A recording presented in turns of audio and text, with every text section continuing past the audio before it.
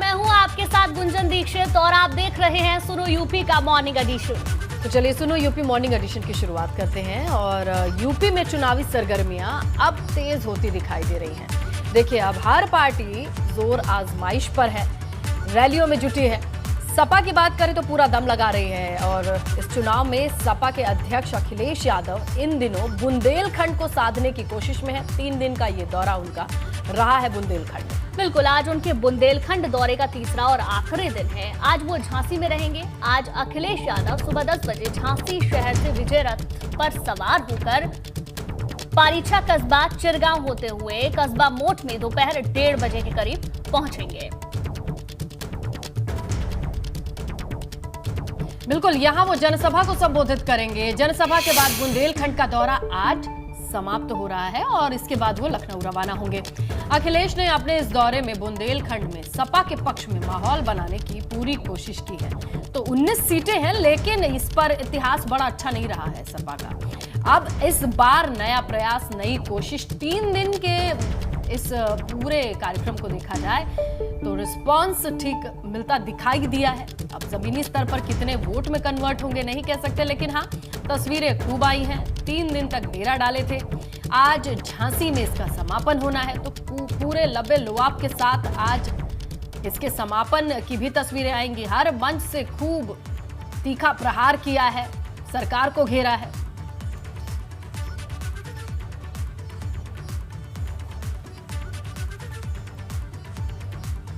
और रतीश त्रिवेदी हमारे संवाददाता है, हमारे साथ झांसी से जुड़ गए हैं। रतीश, अगर देखें तो आज आखिरी दिन है बुंदेलखंड दौरे का सपा अध्यक्ष अखिलेश यादव के। 2 दिन हमने देखा हर मंच से वो गरजे और तीखा प्रहार भी किया। आज क्या कुछ उनकी रैली में खास रहने वाला है?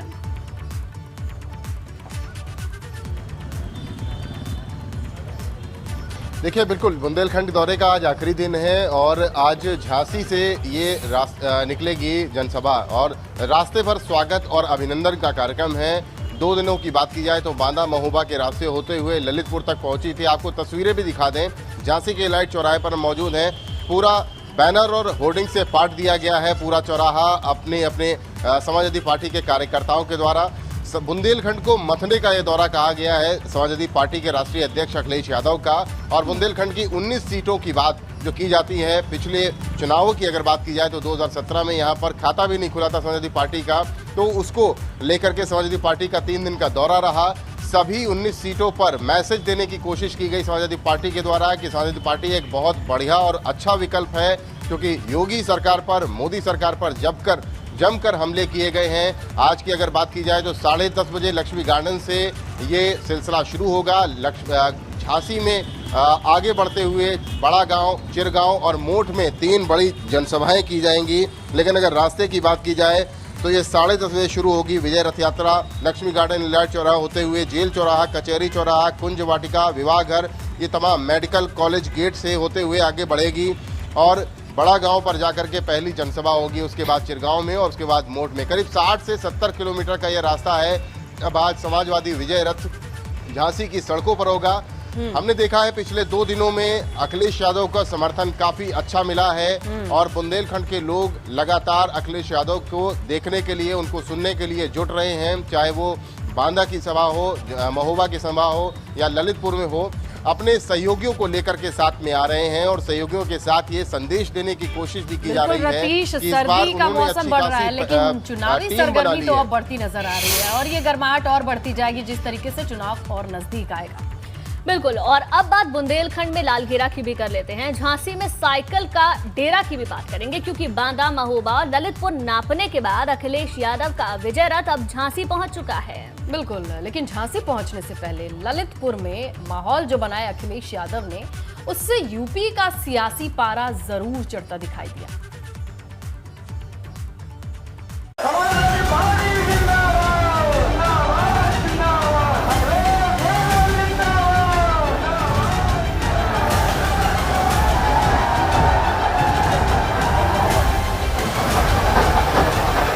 लाइन में लग करके एक एक वोट इनके खिलाफ डाल देना, इनकी लाइन का पता नहीं लगेगा कहां चले गए ये लोग। 22 की लड़ाई, बुंदेलखंड पर साइकिल की दूसरे राउंड की चढ़ाई।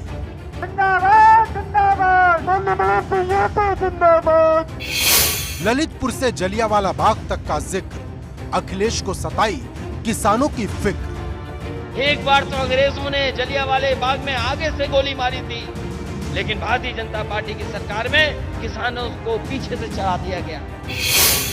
हाथ में धनुष, जुबान पर तीर, निशाने पर भाजपा।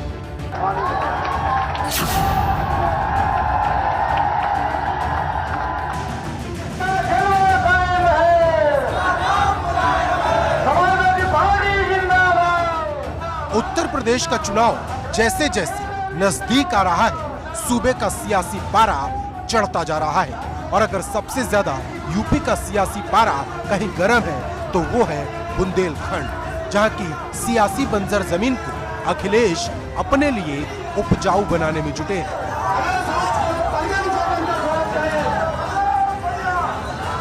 गुरुवार को अखिलेश का विजय रथ जब ललितपुर पहुंचा तो समाजवादी कार्यकर्ताओं का हुजूम उमड़ पड़ा। अखिलेश के निशाने पर हमेशा की तरह भाजपा ही थी, लेकिन इस बार तेवर थोड़े अलग थे।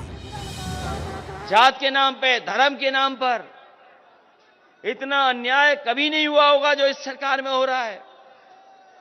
आप देखोगे, जात को देख करके थाने में रिपोर्ट लिखी जा रही है। अगर आप आंख खोलोगे, ध्यान से अखबार पढ़ोगे, तो अब तो इन्होंने हवाई जहाज भी बेच दिए हैं, और हवाई जहाज जहां खड़े होते हैं वो हवाई अड्डे भी बिक गए हैं, और महंगाई इतनी बढ़ा दी है कि अब आपकी गाड़ी और मोटरसाइकिल नहीं चल सकती है।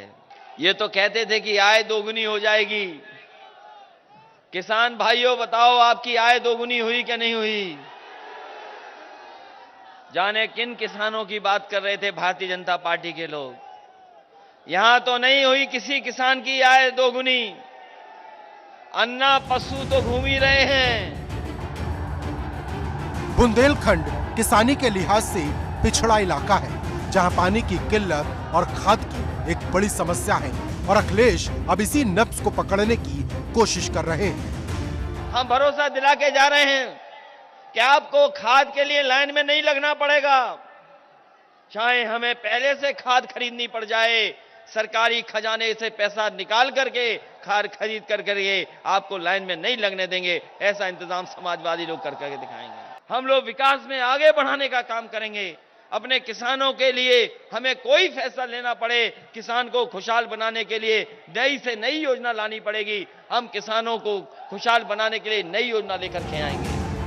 अखिलेश जहां बुंदेलखंड के सुनहरे भविष्य के सपने दिखा रहे हैं, वहीं लखीमपुर हिंसा के साथ जलियांवाला बाग का जिक्र कर किसानों को भाजपा सरकार का डर भी दिखा रहे हैं। यही भारतीय जनता पार्टी की सरकार के गृह राज्य मंत्री के साथियों ने, उनकी पार्टी के लोगों ने किसानों जो हक मांगने गए थे उनके ऊपर जीप चढ़ा दी। कोई सोच सकता है कि आज के समय पर किसानों को जीपों से कुचल दिया जाए? एक बार तो अंग्रेजों ने जलियांवाले बाग में आगे से गोली मारी थी, लेकिन भारतीय जनता पार्टी की सरकार में किसानों को पीछे से चढ़ा दिया गया। इन सब के बीच एक बड़ा वादा 300 यूनिट फ्री बिजली का ओम प्रकाश राजभर ने कर दिया। राजभर ने कहा, जिस दिन अखिलेश यादव शपथ लेंगे उसी दिन 300 यूनिट फ्री बिजली का भी ऐलान हो जाएगा। यहाँ जितना लोग हुआ सुन ला कान खोल के भैया, ललितपुर बा 22 में सरकार बना ला, 300 यूनिट बिजली फ्री उत्तर प्रदेश में माननीय अखिलेश यादव जी से जौड़े दिन शपथ लेंगे, उसके बाद ऐलान होगा 300 यूनिट बिजली फ्री। लेकिन मुद्दे की बात यह है कि फ्री बिजली को लेकर अखिलेश ने अभी तक एक भी शब्द नहीं कहा। वो सिर्फ कारखाने लगाने, बुंदेलखंड की खुशहाली लाने जैसे वादे करते रहे, लेकिन फ्री बिजली पर एक शब्द नहीं बोला। ऐसे में सवाल बड़ा है कि क्या जो वादे अखिलेश यादव और उनके सहयोगी कर रहे हैं, क्या वो पूरे भी होंगे, या फिर ये वादे सिर्फ सत्ता के लिए एक हथियार है। Bureau report, ABP Ganga.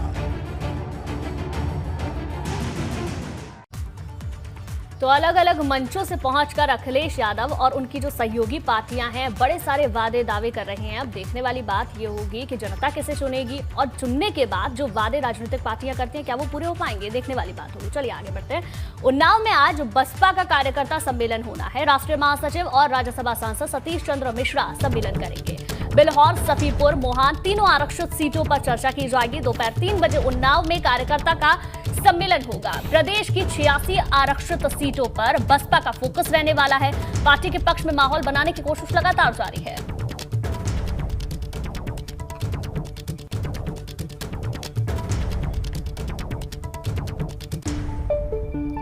तो चलिए इसी के साथ ये भी जान लीजिए कि मायावती ने ट्विटर पर फिर से एक्टिव होकर कुछ लिखा है। लिखती हैं कि यूपी में खासकर भाजपा, सपा, कांग्रेस आदि के द्वारा प्रदेश की जनता को लुभाने व गुमराह करने के लिए आए दिन प्रलोभन भरे जो चुनावी वादों की झड़ी लगाई जा रही है, जिसको सत्ता में आने के बाद अधिकांशतः भुला दिया जाता है। अभी तक का इनका यही इतिहास रहा है। जनता इनसे सतर्क रहे, अर्थात भाजपा व सपा जनता को जो वादे कर रही है, काम उन्होंने अपनी अपनी सरकार में रहते क्यों नहीं किया। कांग्रेस पार्टी भी महिलाओं को 40% टिकट, स्कूटी आदि देने के जो वादे कर रही है, वो काम इन्होंने उन राज्यों में क्यों नहीं किए जहां इनकी सरकारें हैं। ये भी सोचने वाली बात है। तो देखिए मायावती ट्विटर पर एक्टिव हुई हैं और वो हमला करते हुए नजर आ रही है। आड़े हाथों लिया है किसे? बीजेपी समेत तमाम विपक्षी दलों को। सीधा सवाल करती हैं कि कांग्रेस महिलाओं की बात कर रही है, स्कूटी की बात कर रही है, 40% सीटों की बात कर रही है, तो जहां जहां कांग्रेस की सरकारें हैं वहां क्या हो रहा है। तो चलिए अब हम रुख करते हैं हमारे सहयोगी अनुभव शुक्ला का और उनसे जानकारी लेते हैं। अनुभव, ये बताइए कि अब सक्रियता थोड़ी दिखाई दे रही है, मैदान में है तो सही बसपा, लेकिन उतनी ढंग से नजर नहीं आती है। ट्विटर और आज उन्नाव की रैली को कैसे देखा जाए? देखिए, ये उत्तर प्रदेश में कुल 86 जो सीटें वो रिजर्व है। इनमें 84 जो है वो एसटी के लिए, एससी के लिए है और 2 सीटें जो हैं वो शेड्यूल्ड ट्राइब यानी एसटी के लिए रिजर्व है। और हमेशा से माना जाता है कि जो रिजर्व सीटें हैं ये बसपा का कहीं ना कहीं कोर वोट बैंक यहाँ पर है। बसपा यहाँ पर मजबूत मानी जाती रही है। 2007 में जब पूर्ण बहुमत की सरकार बसपा की बनी, तब इन 85 सीटों में से 62 पर बीएसपी जीती थी और पूर्ण बहुमत के साथ सत्ता में आई थी। और यूपी की सियासत में अगर हम पिछले 3 चुनाव को देखें तो जो भी पार्टी इस रिजर्व सीट पर ज़्यादा सीटें जीतती है वही सत्ता पर काबिज होती है। 2012 में समाजवादी पार्टी ने इनमें 85 में से 55 से ज़्यादा सीटें जीत ली थी और 2017 में बीजेपी ने भी लगभग 70 के आसपास सीटें इन 86 सीटों में जीती थी। इसीलिए इस बार बीएसपी ने खास फोकस किया है और इसीलिए पहले मायावती ने जो यहाँ जो 86 रिजर्व सीटें उनके जो विधानसभा अध्यक्ष हैं उनके साथ बैठक की, उनके साथ रणनीति पर चर्चा की और आज इसी कड़ी में पार्टी के राष्ट्रीय महासचिव और राज्यसभा सदस्य सतीश चंद्र मिश्रा जा रहे हैं उन्नाव में। 3 सीटें वहाँ पर देखिए, बिल्हौर की है, इसके अलावा सफीपुर की है, मोहान की है। इन तीनों ही रिजर्व सीटें वहाँ पर वो सम्मेलन करेंगे। कोशिश यही है कि बसपा का जो कोर वोटर है वो उसके साथ रहे। इन 86 सीटों पर खास तौर से फोकस किया गया है और उसी रणनीति के तहत आज ये सम्मेलन करने जा रहे हैं। ठीक है अनुभव, देखिए ब्राह्मण सम्मेलन होता है, मथुरा में जाके संतों का आशीर्वाद लिया जाता है और अब अपने कोर वोटर्स के पास पहुंचे हैं। देखिए कुल मिला के किस तरीके की स्ट्रैटेजी है ये आने वाले वक्त में पता चलेगा। और अब हम चलिए आगे बढ़ते हैं। बिल्कुल, चलिए आगे बढ़ते हैं। Allahabad high court bar association चुनाव आज वोटों की गिनती जिस पर शुरू हो जाएगी। सुबह 10 बजे से लेकर शाम 5 बजे तक वोटों की गिनती रहने वाली है। पहले दिन अध्यक्ष महासचिव पद के लिए वोटों की गिनती होगी। बिल्कुल, तो अब देखिए जो ये चुनाव है वो बड़े पैमाने पर किया जाता है, बड़ा इलेक्शन और उसके बाद काउंटिंग की शुरुआत आज 10 बजे से हो जाएगी। 5 बजे तक 2 अहम पदों की गिनती हो जाएगी, जिसके बाद ये स्पष्ट हो जाएगा अध्यक्ष और महासचिव के पद पर कौन काबिज हुआ है। तो कल वोट की तस्वीरें दिखाई हमने कि किस तरीके से वोटिंग संपन्न हुई है और अब इंतजार है तो गिनती के बाद नतीजों का। आइए रुक करते हैं हमारे सहयोगी मोहम्मद मोइन का। तो मोइन, किस तरीके की जानकारी, कितने बजे से काउंटिंग शुरू होने वाली है और कैसी व्यवस्थाएं हैं? देखिए, इलाहाबाद हाई कोर्ट को एशिया का सबसे बड़ा हाई कोर्ट कहा जाता है और यहाँ पर वकीलों की जो सबसे बड़ी संस्था है Allahabad high court bar association, इसके नए पदाधिकारियों के लिए के चुनाव के लिए 1 दिसंबर को वोट डाले गए थे।